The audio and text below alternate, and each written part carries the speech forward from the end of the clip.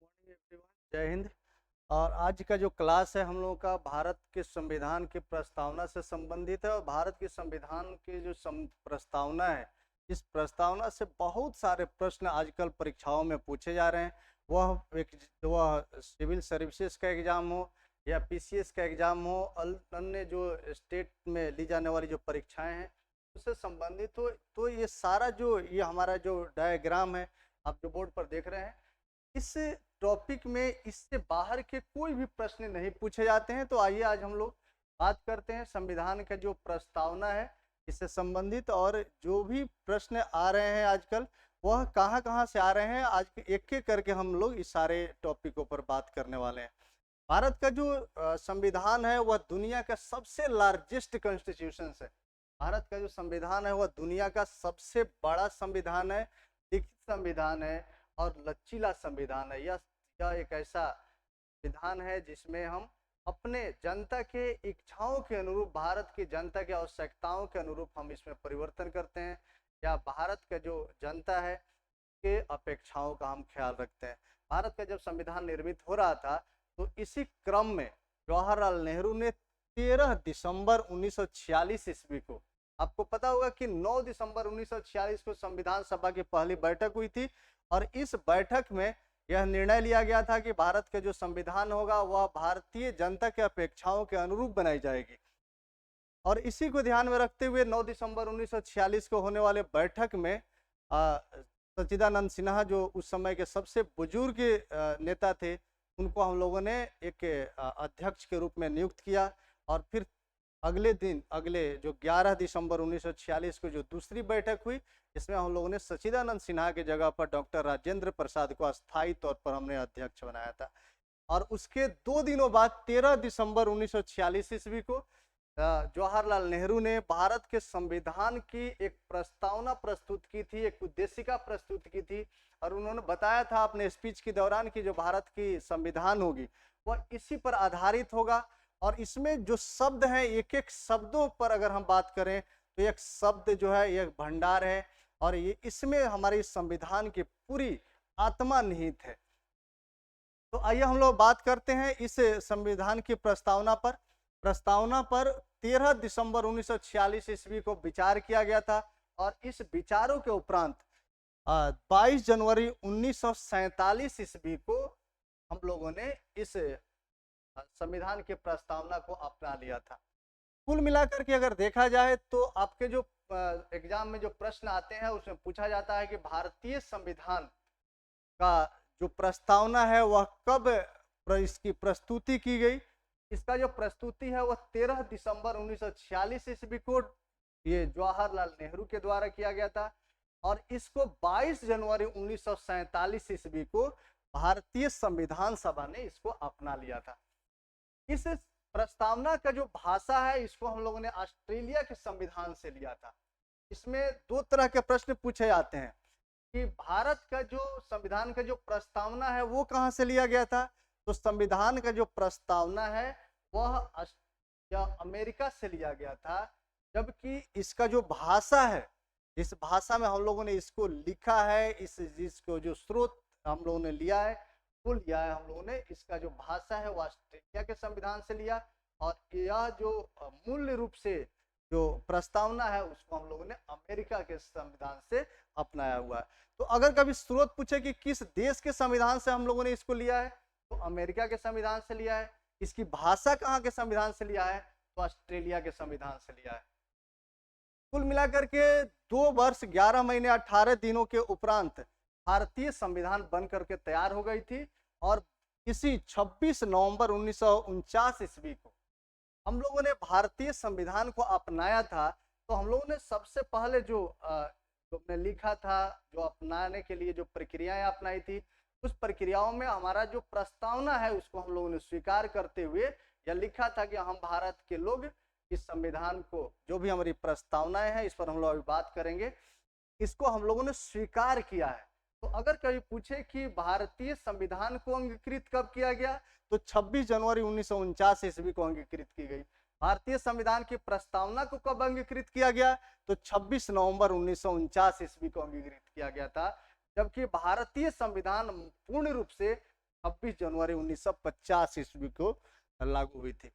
तो 26 जनवरी 1950 को हम लोगों ने गणतंत्र दिवस के रूप में मनाने का निर्णय लिया था, लेकिन जिस दिन हम लोगों ने अंगीकृत किया, इसको स्वीकार किया, अपने अंग से आत्मार्पित किया, आत्मा को स्वीकृत हुई, तो उस दिन को हम 26 नवंबर 1949 ईस्वी को भारतीय संविधान अंगीकृत किया गया इस रूप में जानते हैं। तो भारतीय संविधान को स्वीकृत कब किया गया? 26 नवंबर 1949 ईस्वी को। इसमें इसके जो मूल्य रूप से जो इसके स्रोत हैं, इसमें कुछ बातें जो दी गई हैं जिसको हम लोगों ने स्वीकार किया है, वो क्या क्या स्वीकार किया गया, आइए हम लोग मूल रूप से पहले संविधान की प्रस्तावना को एक बार देखते हैं, फिर इस पर हम लोग बात करेंगे। ये कॉन्स्टिट्यूशन ऑफ इंडिया है और भारत का जो संविधान का जो प्रस्तावना है वो इसी फॉर्म में लिखी गई है। तो इसमें अगर मैं इसको पढ़कर आपको सुना दूं तो इसमें लिखा हुआ है कि हम भारत के लोग भारत को एक संपूर्ण प्रभुत्व संपन्न समाजवादी पंथ निरपेक्ष लोकतंत्रात्मक गणराज्य बनाने के लिए तथा उसके समस्त नागरिकों को सामाजिक, आर्थिक और राजनीतिक न्याय, विचार, अभिव्यक्ति, विश्वास, धर्म और उपासना की स्वतंत्रता, प्रतिष्ठा और अवसर की समता प्राप्त कराने के लिए तथा उन सभी में व्यक्ति की गरिमा और राष्ट्र की एकता, अखंडता को सुनिश्चित करने वाली बंधुता को बढ़ाने के लिए दृढ़ संकल्प होकर अपनी इस संविधान सभा में आज तारीख 26 नवंबर 1949 ईस्वी मिति मार्गशीर्ष शुक्ल सप्तमी संवत 2006 विक्रमी को केत द्वारा इस संविधान को अंगीकृत, अधिनियमित और समर्पित करते हैं। आप समझिए चीजों को। सबसे पहला जो बात है वह भारत का जो संप्रभुता है वह भारत की जनता से मिलती है, अर्थात हमारा यह उद्देश्य है कि भारत का जो संविधान है वह भारत के लोगों के द्वारा आत्मार्पित किया गया है, आत्मा से स्वीकार की गई है। तो हम सभी भारतीय मिल करके जो हमारा जो शासन व्यवस्था बनाई जा रही है, जो संविधान बनाई जा रही है, उस संविधान का जो मूल उद्देश्य होगा वह किस प्रकार से होगा, हमारा जो संविधान लिखा जाएगा वह किस प्रकार से लिखा जाएगा, हमारा जो संविधान लागू होगा वो किस प्रकार से लागू होगा, इसका उद्देश्य क्या होगा, इसीलिए इसको हम उद्देशिका बोलते हैं। और इसका जो प्रारंभ है वह हम भारत के लोग से होता है। हम भारत के लोग कहने का मतलब है कि हम भारतीयों से ही मिल करके हमारा शासन व्यवस्था निर्मित है, यानी कि हमारी जो संप्रभुता है, हमारा जो देश का जो संप्रभुता है, हमारी जो शक्ति है, हमारा जो एकता, अखंडता है, वह सब के सब हम भारतीयों से एकजुटता के कारण है, हमारी भारतीयों के एकजुट होने के कारण है। तो कुल मिलाकर के अगर हम देखें तो हम सभी भारतीय इस बात को स्वीकार करते हैं कि हम भारत के लोग, पहली लाइन है, हम भारत के लोग भारत को एक संपूर्ण प्रभुत्व संपन्न, इसमें एक शब्द जो आया है वो संपूर्ण संप्रभुत्व संपन्न आया है, दूसरा समाजवादी, तीसरा पंथ निरपेक्ष लोकतंत्रात्मक गणराज्य बनाने के लिए तथा उसके समस्त नागरिकों को। अब आप ये बात समझिए कि यह जो है हम सभी लोग मिल करके ऐसा बनाना चाहते हैं अपने संविधान को। हम अपने देश को कैसा बनाना चाहते हैं? तो एक संपूर्ण संप्रभुत्व संपन्न बनाना चाहते हैं, एक समाजवादी बनाना चाहते हैं, एक पंथ निरपेक्ष बनाना चाहते हैं, लोकतंत्रात्मक बनाना चाहते हैं, गणराज्य बनाना चाहते हैं। और ये सब बन जाए उसके बाद बनाने के लिए तथा उसके समस्त नागरिकों को, अब समझिए कि ये सब बन जाएगा तो फिर हमारे नागरिकों को क्या फायदा होगा।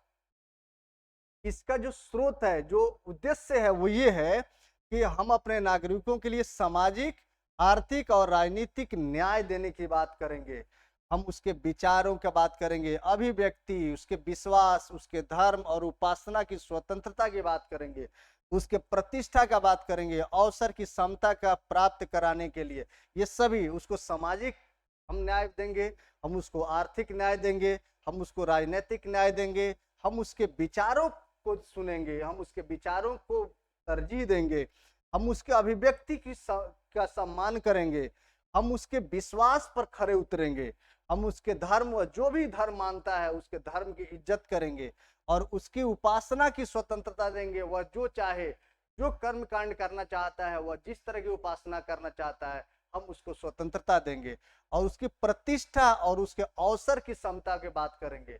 उसके उसके प्रतिष्ठा के लिए हम बात करेंगे, उसके अवसर की बात करेंगे, और ये सभी चीजें उस सबको प्राप्त कराएंगे।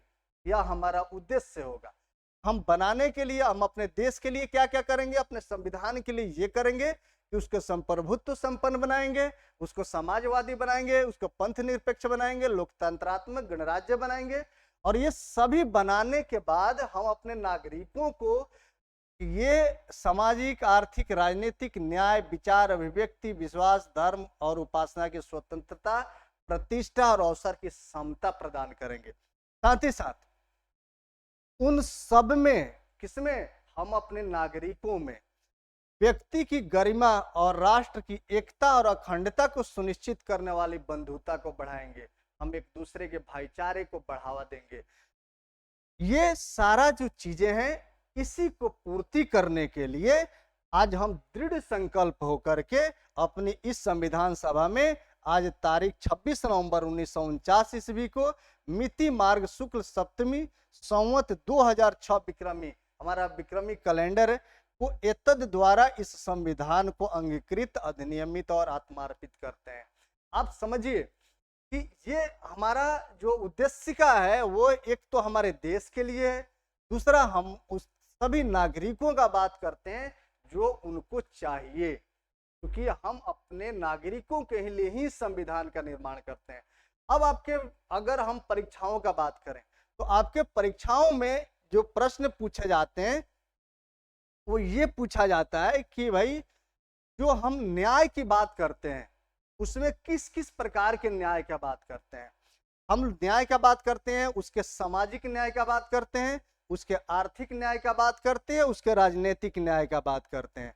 यहाँ पर अगर आप एक बार फिर से देखें तो उस यहाँ पर स्पष्ट रूप से लिखा हुआ है कि सामाजिक, आर्थिक और राजनीतिक न्याय दिलाने की हम बात करेंगे। आपसे प्रश्न पूछा जाएगा कि किस प्रकार भारतीय संविधान की प्रस्तावना में किस प्रकार की न्याय की बात नहीं की गई है, किस प्रकार की न्याय देने की बात नहीं की गई है। उसमें आपको विकल्प दे दिया जाएगा, धार्मिक न्याय, आर्थिक न्याय, सामाजिक न्याय और राजनीतिक न्याय। चार आपको विकल्प दे दिए जाएंगे, और इसमें धार्मिक न्याय की यहाँ पर कोई भी बात नहीं की गई है, इसलिए सामाजिक, आर्थिक और राजनीतिक न्याय देने का बात किया गया। तो आइए हम अपने एग्जाम के पैटर्न को समझते हैं। जहाँ पर हम लोगों से जो प्रश्न पूछे जाते हैं वह इस तरह के प्रश्न पूछे जाएंगे कि भारतीय संविधान दुनिया का सबसे बड़ा संविधान है, यह एक लिखित संविधान है, लचीलापन है इसमें। जो प्रस्तावना है इसके तीन मूल रूप से हम इसको खंड कर सकते हैं। पहला जो खंड है, ये जो स्रोत है, यानी कि जो हमें जो ताकत देती है, जो हमें इसका, जिसके लिए हम लोग बना रहे हैं संविधान को, जिस प्रस्तावना को, वो हम भारत के लोग हैं। हम भारत के लोग हैं तभी यह प्रस्तावना है, यह संविधान है, यह देश है। यानी कि मूल रूप से हम भारत के लोग हैं जो अपने लिए ही कुछ करना चाहते हैं। यानी कि भारत की जो संप्रभुता है वह किसमें निहित है, हम भारत के लोग में। भारत की जो संविधान की जो प्रस्तावना है वह इसी से प्रारंभ होती है, हम भारत के लोग, हम भारत के लोग। यानी कि भारत के संविधान की प्रस्तावना किससे प्रारंभ होती है, हम भारत के लोग। भारत का जो संप्रभुता है वह कहाँ निवास करती है, हम भारत के लोगों में। यानी कि अब बात रही कि आखिर संप्रभुता का अर्थ क्या है, हम अपने देश को संप्रभुत्व संपन्न क्यों बनाना चाह रहे हैं। हमारी जो देश थी वह लंबे समय से ब्रिटिश उपनिवेशवाद के अधीन एक शासित था, और हम लोग चाह रहे थे कि इस जो पिंजड़ा है या जो कड़ी है या जो बंधन, हम इससे मुक्त हों। और बहुत एक लंबी लड़ाई के बाद में हमारे देश को स्वतंत्रता प्राप्त हुई थी। और जब हम लोगों ने अपना संविधान लिखना शुरू किया तो हम लोगों ने संविधान लिखने के साथ ही हम लोगों ने अपने को संप्रभुत्व संपन्न घोषित किया। हम अपने देश के नागरिकों में संप्रभुता की कि हमारा जो देश के नागरिक होंगे वह एक सरकार को चुनेंगे जो हमारे ऊपर शासन करेगा। यानी कि हमारे स्वीकृति से जो शासन व्यवस्था स्थापित होगी वही हमारा शासक होगा। हम उसको जब चाहे उसको बदल सकते हैं, उसको चुन सकते हैं। यानी कि संप्रभुत्व संपन्न होने का अर्थ ये है कि हमारा जो शासन व्यवस्था है वह किसी दूसरे बाहरी लोगों के अधीन नहीं है। हमारा जो बाहरी और आंतरिक जो निर्णय है वह हमारी जनता के हाथों में, वह हमारी संसद लेगी। तो कुल मिलाकर के अगर हम अपने निर्णयों को हम स्वयं लेते हैं तो हम संप्रभुत्व संपन्न एक राज्य हैं। यानी कि हमारा जो स्रोत है वह भारत के लोग हैं और इसका जो स्वरूप है, आखिर हम यह क्या करना चाह रहे हैं या किसके लिए कर रहे हैं, क्या करना चाह रहे हैं, क्या मतलब कि हम अपने देश को क्या बनाना चाह रहे हैं, हम अपने संविधान को क्या बनाना चाह रहे हैं। तो यह इसका स्वरूप है कि हम ऐसा इसको बनाना चाह रहे हैं। स्वरूप, इसका ढांचा, हम इसको एक संपूर्ण संप्रभुत्व संपन्न बनाना चाह रहे हैं। संपूर्ण संप्रभुत्व संपन्न का अर्थ है कि हम अपने आंतरिक और बाह्य भागों में निर्णय हम स्वयं लेते हैं। समाजवादी कहने का मतलब है कि जो तत्कालिक समय की जो परिस्थितियां थी वह एक समाजवाद से प्रेरित था, लेकिन हमारा जो समाजवाद है वह जवाहरलाल नेहरू के विचारों से प्रेरित था, जो बाद में चल करके एक मिश्रित अर्थव्यवस्था बनाने में भी सहयोगी रहा। समाजवादी कहने का मतलब यह है कि हम अपने सामाजिक स्तर पर, हम जो हमारी जाति व्यवस्था है, जो हमारा सामाजिक जो उच्चता नीचता है, जिस तरह की जो गांव में अगर आपने देखा होगा कि आज भी कई तरह के भेदभाव किए जाते हैं, लेकिन जब हमारा देश में यह संविधान लागू नहीं था, जब हमारे देश में ब्रिटिश काम कर रहे थे, तो उस समय हमारा जो सामाजिक हायरार्की था, जो सामाजिक एक जो बंधन था, वह एक अजीब था, जिसमें एक छोटा वर्ग था, एक मध्यम वर्ग था, एक उच्च वर्ग था, अलग अलग लोगों के कार्य अलग बांटे हुए थे। तो ये किस तरह की हायरार्की बना दी गई थी कि अलग तरह की विभिन्नताएं थी, इस विभिन्नताओं को हम दूर करना चाह रहे थे। यानी कि हमारा जो सामाजिक स्टेटस है, उस सामाजिक स्टेटस में सभी को हम समानता देना चाह रहे थे, है ना। तो उस समाजवाद की हम बात कर रहे हैं। पंथ निरपेक्षता, हमारा जो मूल संविधान जब बन रहा था तो उसमें जो हम लोगों ने धर्म निरपेक्षता की बात की गई, लेकिन बाद में चल करके हम लोगों ने इसे परिवर्तित करते हुए पंथ निरपेक्ष बनाने का बात किया। पंथ निरपेक्षता का अर्थ ये होता है कि सरकार का कोई भी अपना धर्म नहीं होगा। यानी कि जो भारत सरकार है, राज्य सरकार है, या कोई भी जो स्टेट, जो आर्टिकल हम लोग 30 पढ़ेंगे उसमें बताएंगे कि स्टेट कौन से, तो जो भी सरकार है, जो स्टेट है, उसका अपना कोई धर्म नहीं होगा। जो भारतीय जनता की जो धर्म होगी, उस सभी धर्मों का सरकार सबको बराबर से इज्जत प्रदान करेगा, सबको समानता देगा, आदर सत्कार प्रदान करेगा। यानी कि सभी जो धर्म होंगे वह अपने आप में गरिमामयी होंगे, सभी धर्म एक समान रूप से माने जाएंगे।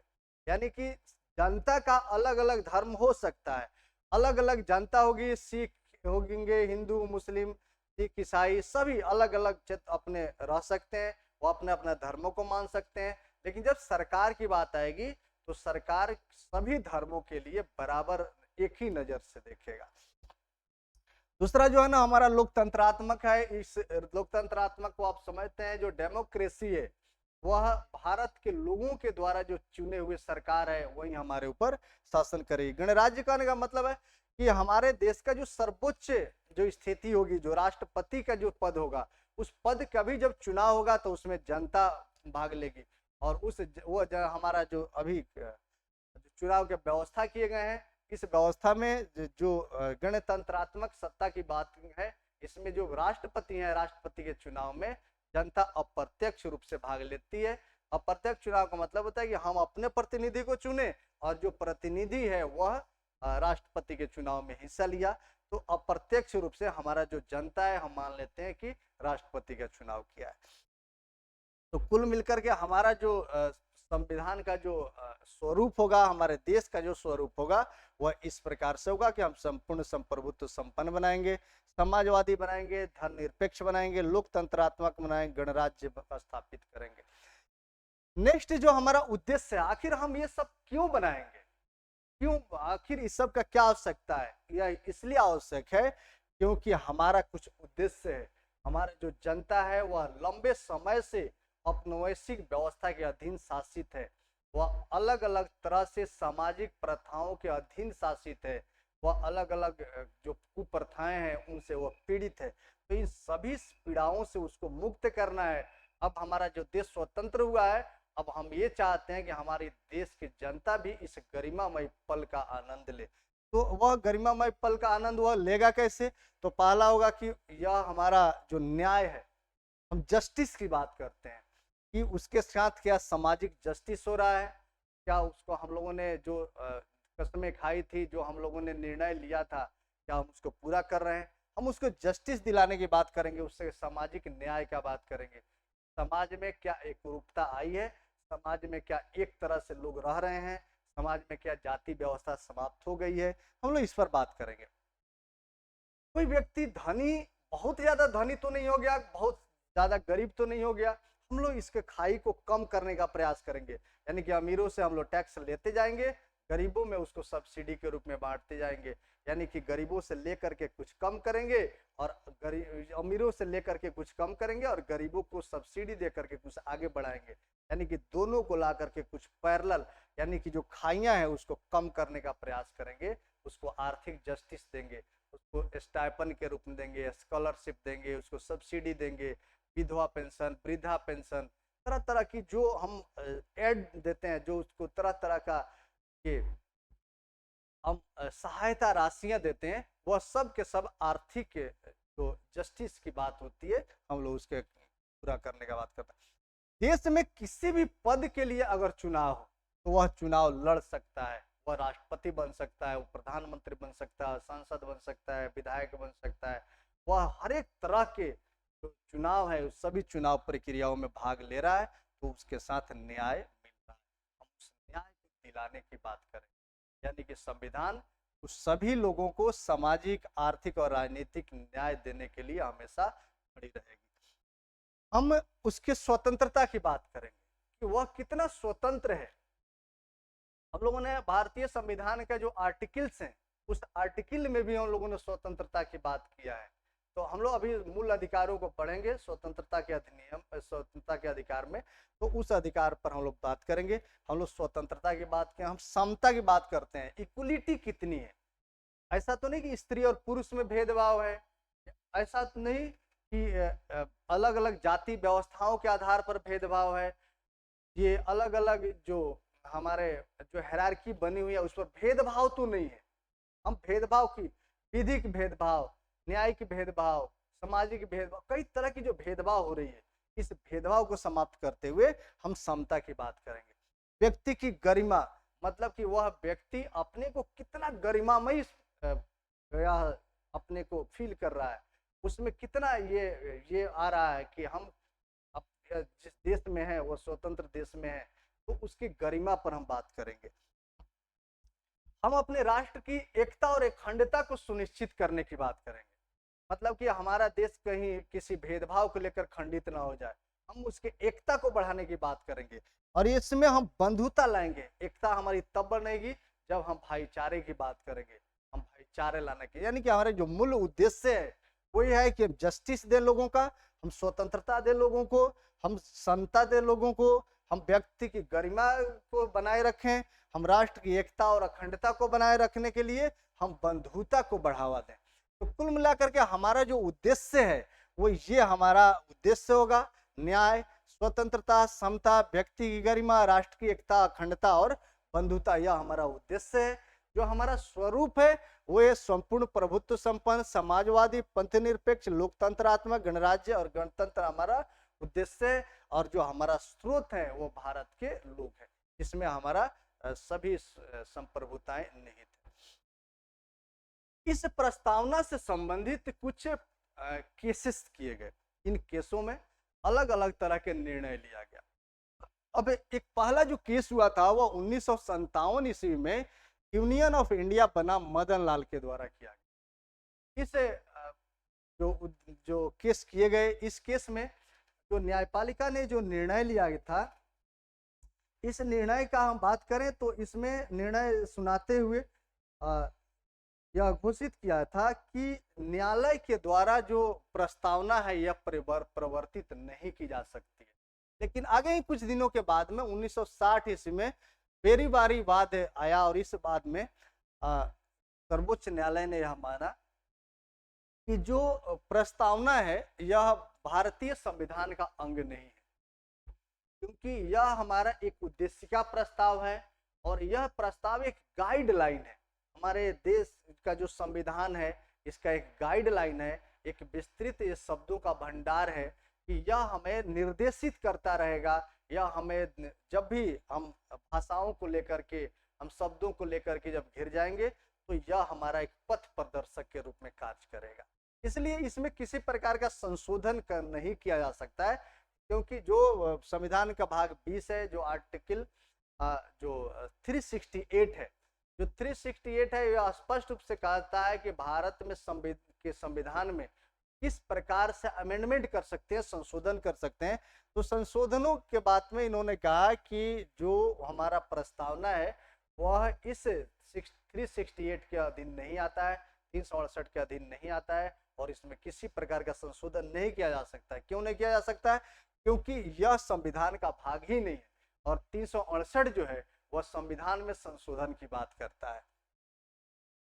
इसके ठीक 13 साल बाद एक फिर से केस आया, केशवानंद भारती बनाम भारत केरल राज्य।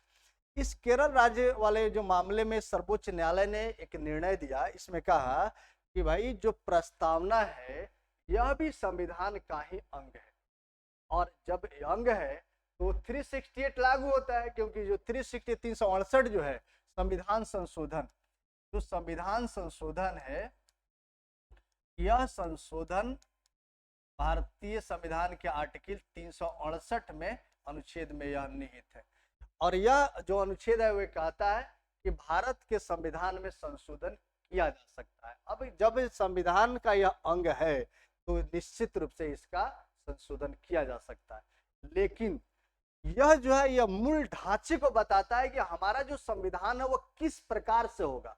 तो इसी केस में इन्होंने एक बेसिक स्ट्रक्चर का सिद्धांत दे दिया, यानी कि अगर आपसे पूछा जाए कि सर्वोच्च न्यायालय ने मूल ढांचे का सिद्धांत किस केस के बाद दिया, किस वाद में दिया, तो केशवानंद भारती बनाम केरल राज्य 1973 में दिया और इस वाद में यह स्पष्ट किया कि जो प्रस्तावना है वह भारतीय संविधान का अंग है और इस प्रस्तावना में संशोधन किया जा सकता है, लेकिन इसमें किसी भी प्रकार का निगेटिव, नकारात्मक संशोधन नहीं किए जाएंगे। सकारात्मक संशोधन कर सकते हैं और इसी के बाद में इसके ठीक 3 साल बाद 1976 ईस्वी में 42वां संविधान संशोधन किया गया और 42वां संविधान संशोधन करते हुए सरकार ने इसमें 3 महत्वपूर्ण शब्द जोड़े। एक पहला ये समाजवादी, दूसरा पंथ निरपेक्ष और तीसरा अखंडता। यहाँ पर बात कर रहे हैं अखंडता पर। इसको थोड़ा सा मैं अलग कलर पर अगर हाईलाइट कर दूं तो यह बाद में जोड़ा गया था, एक समाजवादी, दूसरा पंथ निरपेक्ष और तीसरा अखंडता। ये तीनों शब्द 42वां संविधान संशोधन 1976 के माध्यम से जुड़े गए। अब आपसे प्रश्न जो पूछा जाएगा उसमें यह कह दिया जाएगा कि निम्नलिखित में से कौन सा शब्द 42वें संविधान संशोधन के द्वारा जोड़े गए, या कहा जा सकता है कि मूल संविधान में इसमें कौन से शब्द नहीं थे, या ये पूछा जा सकता है कि प्रस्तावना में कब संशोधन किया गया, है ना। आपसे ये प्रश्न पूछा जा सकता है कि जो बेसिक स्ट्रक्चर का सिद्धांत है, जो मूल ढांचे का सिद्धांत है, वह किस वाद में सर्वोच्च न्यायालय द्वारा स्पष्ट किया गया। केशवानंद भारती वाद में यह किया गया, 1973 में किया गया था। बेरुवारी वाद में यह नहीं माना था, लेकिन 1973 में यह मान लिया गया कि जो भारत का प्रस्तावना है वह भारतीय संविधान का अंग है। तो कुल मिलाकर के आपका जो यह जो पेज है, इस पेज का आप स्क्रीनशॉट ले सकते हैं या इस पेज को आप अपने नोटशीट में डाउन कर लेंगे। तो इससे क्या होगा कि इसको नोट डाउन कर लेने से आपका जितना भी एग्जाम होना है उस एग्जाम से संबंधित आपके प्रश्न नहीं छूटेंगे। एक चीजों को और ध्यान देना है कि इसमें कई बार आपने देखा होगा कि अनुच्छेद 32 को यह कहा जाता है कि भारतीय संविधान की आत्मा डॉक्टर भीमराव अंबेडकर ने भारतीय संविधान की आत्मा अनुच्छेद 32 को कहा, क्योंकि उसमें संवैधानिक उपचारों के अधिकार दिए गए हैं। लेकिन इस प्रस्तावना को भी संविधान की आत्मा या कुंजी कही जाती है। आप इसको थोड़ी सी, इसमें माइनर सा बात है तो समझिए। अगर कभी आए कि डॉक्टर भीमराव अंबेडकर के द्वारा संविधान की आत्मा किसे कहा गया, अगर इसको जोड़ दिया गया डॉक्टर भीमराव अंबेडकर के साथ, मैं यहाँ पर एक अलग इसको बॉक्स में डालता हूं। अगर कहे कि डॉक्टर भीमराव अंबेडकर, भीमराव, तो आप स्पष्ट रहेंगे कि अंबेडकर ने आत्मा कहा अनुच्छेद 32 को, अनुच्छेद 32। लेकिन अगर बिना नाम लिए हुए अगर पूछा जाए कि भारतीय संविधान की आत्मा किसे कहा जाता है, तो यह भारतीय संविधान की प्रस्तावना को कहा जाता है। दूसरा चीज, भारतीय संविधान की कुंजी किसे कही जाती है, यह भारतीय संविधान की प्रस्तावना को कही जाती है। तो आशा है कि यह वीडियो आपको पसंद आई होगी। अगर अच्छा लगा तो आप इसको लाइक शेयर करें, कमेंट करें। कोई अगर समस्या है इससे संबंधित तो आप इसमें कमेंट बॉक्स में लिख सकते हैं, और इस वीडियो को शेयर करें, सब्सक्राइब कर लें। तब तक के लिए धन्यवाद। जय हिंद।